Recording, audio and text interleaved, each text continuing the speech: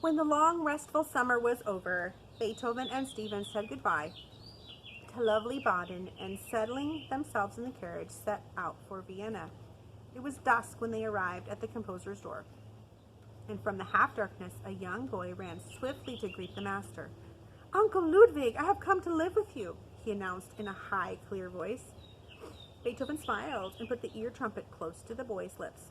"I am Karl, and you are my Uncle Ludwig, and I have come to live with you," he shouted. A tall man stepped quickly to the boy's side. "What Karl has told you is true, sir. His father has just died, leaving him in your care. To have a son of his own." A warm smile stole over the face of the master as he looked eagerly into the face of the dark-eyed child. "You are welcome, Karl," he said gently, putting his arm around the young boy, and he led him to his new home.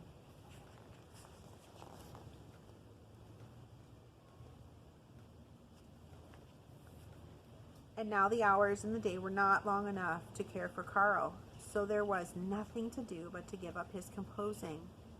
His boy must have the finest education, and carefully Beethoven put away money for him that had come from the last concert. In the long, hard years that went slowly by, there were many anxious times, but the fund for Karl was never touched. There was very little money, and soon away to the country they carried their few belongings, and they were settled in a poor little house by the roadside. Many times there was no food in the dark cottage, and putting his old, worn-out shoes, the master tramped the long miles into the city to sell his compositions so that Karl would have food to eat. At last it was time to send his boy away to school, and Beethoven was left alone. Soon he found his way back to Vienna, and quietly his friends gathered around him, bringing him food and clothing and answering his simple needs. Every morning early, even before the sun was up, he arose to make his coffee, allowing just 60 beans to the cup. After long hours at his composing, he walked by the old city walls at sunset, finding his way to an inn for a lonely dinner at night. Sadly, he missed his Karl, and he was glad indeed to be near his friend Stephen, whose little son Gerhard loved to visit with the master in his small, bare room. "Trouser button," Beethoven would exclaim as the sunny head peeped in at the door. "Come now, a fine poem for your old friend." Long hours they spent together, the fair-headed boy reciting his poems for the master, who could hear no sound, but he watched with delight as the gentle visitor recited on his knee. One evening, as he sat dreaming near his piano, the door opened slowly, and there, standing before him, was his old friend, Count Waldstein.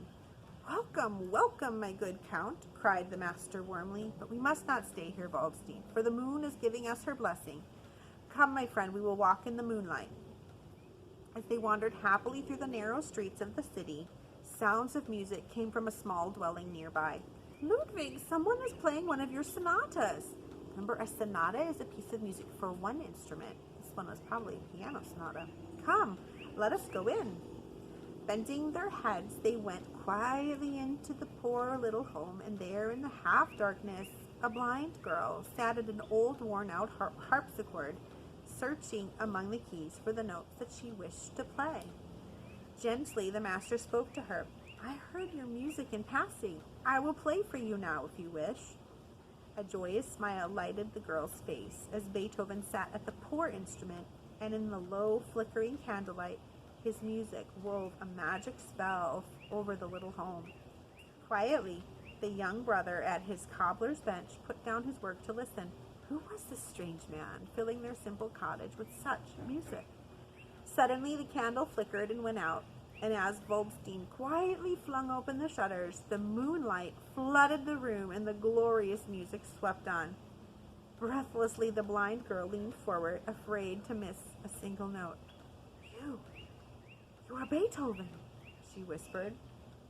Quietly, the master pushed back his chair. "Good night," he answered gently, and hurrying through the streets to his small room, he worked through the daylight to set down the music of his beautiful Moonlight Sonata. This is part of it. Moonlight Sonata is very famous. You may already recognize the melody. As the years went slowly by, the great lonely composer could no longer play for the people of Vienna, for he could not hear even the smallest of sounds. His suffering had made him grow as strong as an oak, and his long, bushy hair had grown quite white. One night, after he had finished a simple meal at the inn, he sat in a corner with his eyes closed, while the last bits of his Ninth Symphony worked themselves out in his mind. As he dreamed away, he felt a hand gently rest on his arm. Looking up, a happy smile stole over his face, and a piercing light shone in his eyes as he saw his friend, the one who had been so faithful all these years. "Stephen!" he exclaimed joyously, holding out the pad and pencil hanging from his neck. "A message has come to you from the people of Vienna," wrote Stephen, putting into his hands a long scroll. Opening the paper, Beethoven read aloud. "The people of Vienna humbly beseech their world-famous composer, Ludwig van Beethoven, to grant them the honor of performing for them, for the first time, his Ninth Symphony and his great Mass." The master started to his feet, tears of joy in his kindly dark eyes. "Stephen, Stephen, to think that this honor has come to me! I must go home at once, for the symphony is not yet finished." As he stumbled off through the darkened streets, he came to a little church. It was just time for the evensong. Yes, there were the old bells, turning and swinging over his head, pealing their gentle music at the close of the day. The tower bells! If he could only hear the chiming tower bells! But the sounds rang only in his mind and sang to him gently that night as the notes of the Ninth Symphony poured from his pen in a flood of joy. As the music was ready, then the night of the concert arrived. Beethoven stood in his doorway, ready to leave.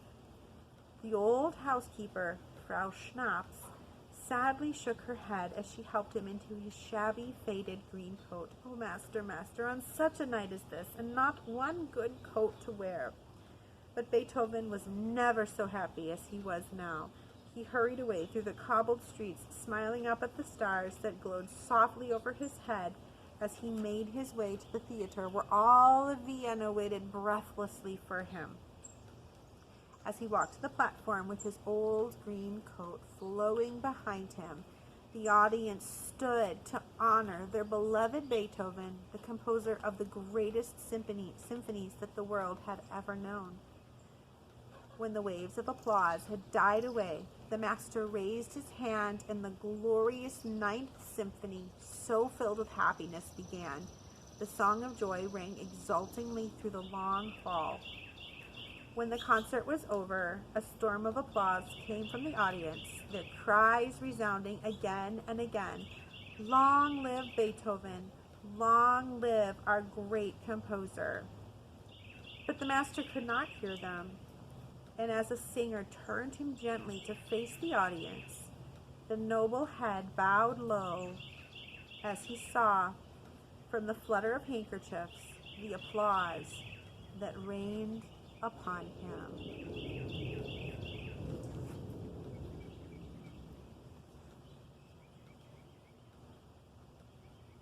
I'm wondering if you have a favorite composition of Beethoven's. It's hard to decide. There are so many wonderful ones. I would have loved to have heard how that concert went with him, not able to hear, directing such a wonderful performance. A smile of heaven shone on his face, and softly he whispered, "I write not for you, but for those who shall come after." And so the greatest master of all, born in a little cold attic room and longing for joy and happiness, has given his glorious music to you and to me, music breathing joy and comfort and gladness for all of us to cherish through the long years to come.